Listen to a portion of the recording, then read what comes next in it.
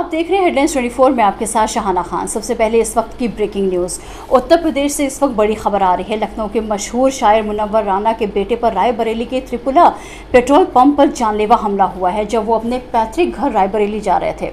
इस हमले में वो बाल बच गए हैं। पुलिस के काफ़ी आला अधिकारी मौके पर पहुँच गए और जाँच जारी है। फायरिंग करने वालों की तलाश की जा रही है। तबरेज़ की गाड़ी पर गोली के निशान देखे जा सकते हैं और मौके से खोखा भी बरामद हुआ है। वैसे पेट्रोल पंप पर सीसीटीवी कैमरे लगे हुए हैं, तो जब पुलिस फुटेज खंगालेगी तो दूध का दूध पानी का पानी हो जाएगा, लेकिन हो सकता है इसमें कुछ वक्त लगे, तब तक इंतजार करना होगा। केंद्र सरकार और माइक्रो ब्लॉगिंग साइट ट्विटर के बीच टकराव बढ़ता जा रहा है। ट्विटर ने जम्मू कश्मीर और लद्दाख को भारत के नक्शे से बाहर दिखाया, जिसे लेकर सरकार उसके खिलाफ सख्त कार्रवाई कर सकती है। सूत्रों ने सोमवार को ये जानकारी दी। ट्विटर ने जो नक्शा दिखाया है उसमें जम्मू कश्मीर और लद्दाख को अलग देश के तौर पर दिखाया गया है। ये नक्शा ट्विटर की ट्वीट लाइफ सेक्शन के अंतर्गत सामने आया है। इसमें जम्मू कश्मीर और लद्दाख को भारत के बाहर दिखाया गया है। विकृत नक्शे की ओर से एक ट्विटर यूजर ने ध्यान दिलाया और इस मामले में लोगों की तल्ख रिएक्शन सामने आई है। सूत्रों के अनुसार इस मामले में सरकार बेहद सख्त कार्रवाई कर सकती है। केंद्र सरकार और ट्विटर के बीच चल रहे टकराव के अंतर्गत ये ताज़ा कड़ी है। नए आईटी नियमों को लेकर इससे पहले भी सरकार और ट्विटर के बीच तीखी तकरार हो चुकी है। केंद्रीय सूचना प्रौद्योगिकी मंत्री रविशंकर प्रसाद ने हाल ही में सोशल मीडिया मंचों से कहा था कि वे बोलने की आज़ादी और लोकतंत्र पर भारत को भाषण ना दें और दोहराया कि अगर लाभ कमाने वाली ये कंपनियां भारत में कमाई करना चाहती हैं तो उन्हें भारत के संविधान और भारतीय कानूनों का पालन करना होगा। एक कार्यक्रम में व्याख्यान देते हुए प्रसाद ने कहा कि नए सूचना प्रौद्योगिकी निर्देशानुसार सोशल मीडिया के इस्तेमाल से संबंधित नहीं है, लेकिन सोशल मीडिया मंचों के दुष्प्रयोग और गलत इस्तेमाल से निपटते हैं। उन्होंने कहा कि इन कानूनों का उद्देश्य सोशल मीडिया फॉर्मों पर सामग्री को विनियमित करना और फेसबुक, व्हाट्सएप तथा ट्विटर जैसों पर पोस्ट को शीघ्रता से हटाने के लिए किए गए कानूनी अनुरोधों तथा संदेशों के प्रवर्तकों का विवरण साझा करने के अनुरोधों के प्रति जवाबदेह बनाना है।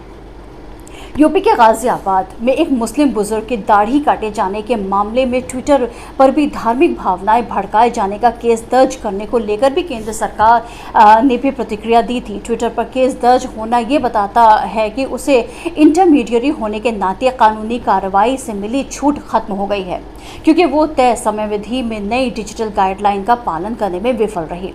आईटी मामलों के मंत्री रविशंकर प्रसाद ने ट्विटर के खिलाफ धार्मिक भावनाएं भड़काने के आरोप में दर्ज केस को लेकर स्पष्ट कहा था कि इस सोशल मीडिया कंपनी ने जानबूझकर भारतीय कानूनों की अवहेलना की है।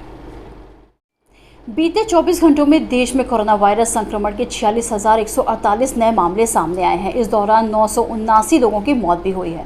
भारत में अब कुल सक्रिय मामलों की संख्या 5,72,994 रह गई है। स्वास्थ्य मंत्रालय ने दावा किया है कि कुल वैक्सीन लगाने के मामले में भारत अमेरिका से आगे निकल गया है। राजधानी दिल्ली में भी संक्रमण के मामलों में लगातार कमी आ रही है। एक दिन पहले दिल्ली में संक्रमण के 79 नए मामले सामने आए थे। इसके साथ ही 285 लोग इलाज के बाद ठीक हो गए थे। हालांकि इस दौरान 4 लोगों की संक्रमण के कारण मौत भी हुई थी। राजधानी दिल्ली में कुल एक्टिव केस 1,588 हैं और अभी तक कुल 14,07,401 लोग ठीक भी हुए हैं। राजधानी में अब तक कुल 24,965 मौतें हो चुकी हैं।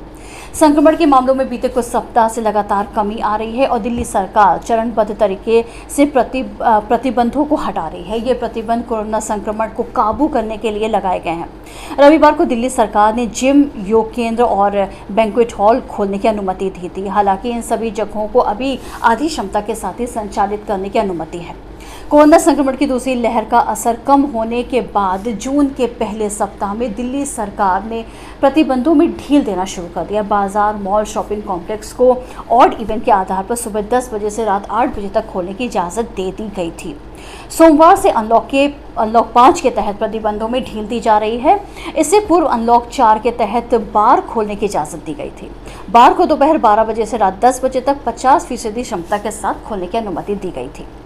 साथ ही रेस्टोरेंट के खुलने के समय को भी बढ़ाया गया है। अनलॉक 5 के तहत संभव है कि सार्वजनिक जगहों पर लोग ज़्यादा नजर आएं। सोमवार को जिम, योग केंद्र, बैंक्वेट हॉल और मैरिज हॉल को खोलने की अनुमति दे दी गई है। अनलॉक 5 के तहत शादी समारोह में अब 50 लोग शामिल हो सकते हैं। हालांकि इस दौरान सभी को कोरोना प्रोटोकॉल का पालन करना अनिवार्य होगा। हजरतगंज सिविल हॉस्पिटल के पास एसएन फाउंडेशन कोविड-19 के टीके को लेकर एक बार फिर लोगों को जागरूक किया। संस्था के सचिव मोहम्मद मिसबा ने हेडलाइंस 24 को बताया कि लोगों के दिमाग में अभी भी कोविड-19 के टीके को लेकर गलत धारणाएं हैं और इसी वजह से अभी तक फल सब्जी वाले, रिक्शे वाले, अन्य लोगों ने कोविड-19 का टीकाकरण अभी नहीं करवाया। ऐसी धारणाओं को दूर करने के लिए एसएन फाउंडेशन की टीम ने अभियान चलाकर लोगों को जागरूक करने का काम किया, जिसमें मोहम्मद मिसबा, जिला अध्यक्ष नेहा सिंह, मेंबर्स मुमताज़, नितिका, मोहम्मद जोहान, दानिश, मोहम्मद शुएब ने ये जागरूकता अभियान में हिस्सा लिया। एसएन फाउंडेशन निरंतर कोविड-19 टीके के लिए लोगों को जागरूक कर रही है। मैं आपके साथ शहाना खान। अगर आपको हमारा ये वीडियो पसंद आया हो तो इसे लाइक और शेयर जरूर करें और चैनल को सब्सक्राइब करना ना भूलें ताकि हम आपको रखें देश और दुनिया की ताज़ा तरीन खबरों के साथ बाखबर। देखते रहिए हेडलाइंस 24 सच के साथ।